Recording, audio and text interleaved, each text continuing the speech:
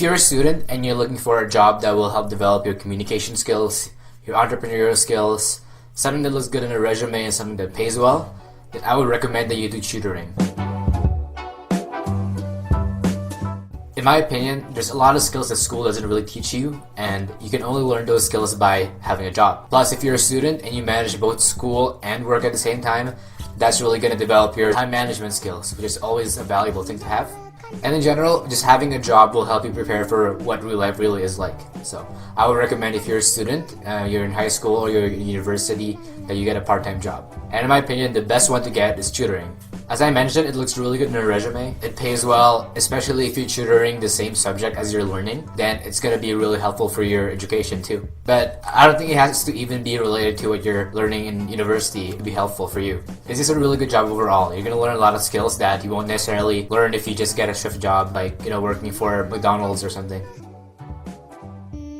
So usually the first question I get asked when I recommend someone to do tutoring is, are they smart enough? And the answer is, if you get around 80% or more in a subject, you're probably more than qualified to tutor for that subject. In my experience, it's not really your knowledge of the subject that is going to really limit you as a tutor, but learning how to express yourself and learning different strategies to make sure your client is really learning. If you're not really confident right now, then you can start off with tutoring your friends. Study with your friends and try to explain things in the way that makes sense to them.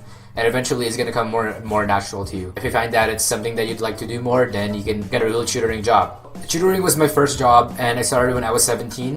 It's probably thus far my favorite job. I kind of took the same route. I just tutored friends for free, family members for free, and eventually, just through word of mouth and some ads online, found some clients. And to this day, every school semester, I'm still doing tutoring.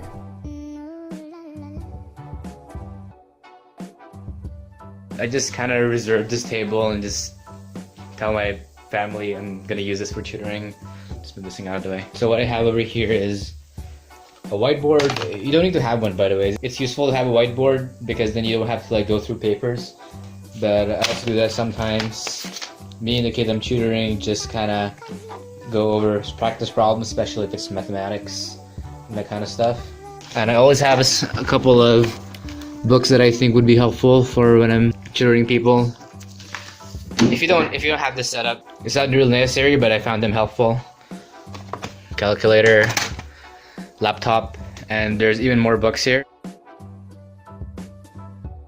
There's really two ways to go about tutoring in my opinion, and that is either tutoring for a tutoring agency or tutoring by yourself. I'm gonna wanna talk about some pros and cons of doing that. Starting with tutoring with a tutoring agency, they pair you up with students who correspond with your schedule. You just tutor them, you get paid.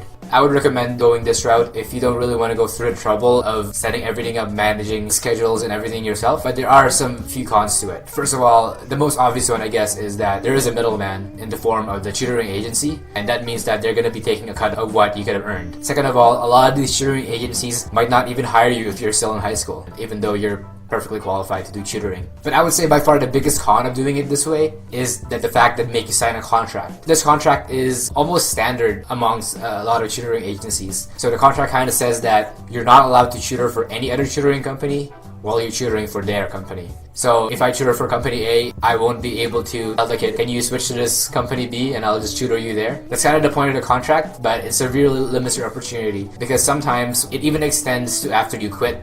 You won't be able to apply to other companies, or it might even extend to tutoring privately. So if you tutor some kids with a company, you won't be able to tutor privately by yourself. And I would say this severely limits your opportunities, and in my opinion, the better route, if you're up for the added business management that comes with it, I would recommend just tutoring for yourself and finding your own clients and setting it up yourself. So that's a route I took back when I started doing tutoring. And if you guys want to learn a little bit more about how I started my own tutoring company, from my experience, all the tips and tricks that I learned along the way, make sure to check out my next video. If you want to learn more about what kind of content I'm posting, I'm going to put my channel trailer around here so you guys can check that out too. And I hope this content is informative. Oh yeah, so one last note. Some of you guys have suggested that I kind of make jump cuts where I move to that side, but this is what happens. You hear the mic? Yeah, I had to figure out how to deal with this because my mic is over.